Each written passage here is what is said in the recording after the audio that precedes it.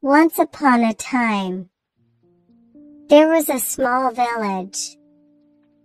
Mary and her daughter lived in a small cottage in the village. They were happy and contented. Mary had been given a big pan in dowry. She was very attached to that pan as it was a great support to her. At the time of meals, Mary would put it on the stove and say, "Pan, oh pan, please cook. And quickly, too. I am hungry. Cook some porridge." The porridge was ready in no time. Uncle George was astonished to see the magic pan. He said to himself, "Ah, now I know the secret of Mary's cooking. I have an idea. I will steal this magic pan when Mary and her daughter go out." The next day, when Mary and her daughter went out, Uncle George crept into their house and stole the pan. He went into his kitchen, put the pan on the stove and said, "Pan, oh pan, please cook. And quickly, too. I am hungry. Cook some porridge." The porridge started boiling in the pan. Soon the pan was filled with porridge. Uncle George had heard only those words which began the cooking in the pan.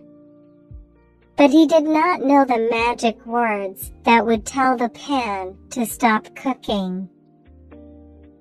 So he said, "All right. Enough. Enough. Please stop cooking." But how would the pan stop cooking? The porridge began to overflow and spill out of the pan. The whole kitchen was filled with porridge. Then it spread all over the house, then the street. There was porridge everywhere. The whole village was flooded with the porridge. Uncle George was alarmed. He ran helter-skelter, shouting for help. "Please! Somebody please help me! Somebody please come and say something to this pan. The whole village will be drowned in the porridge.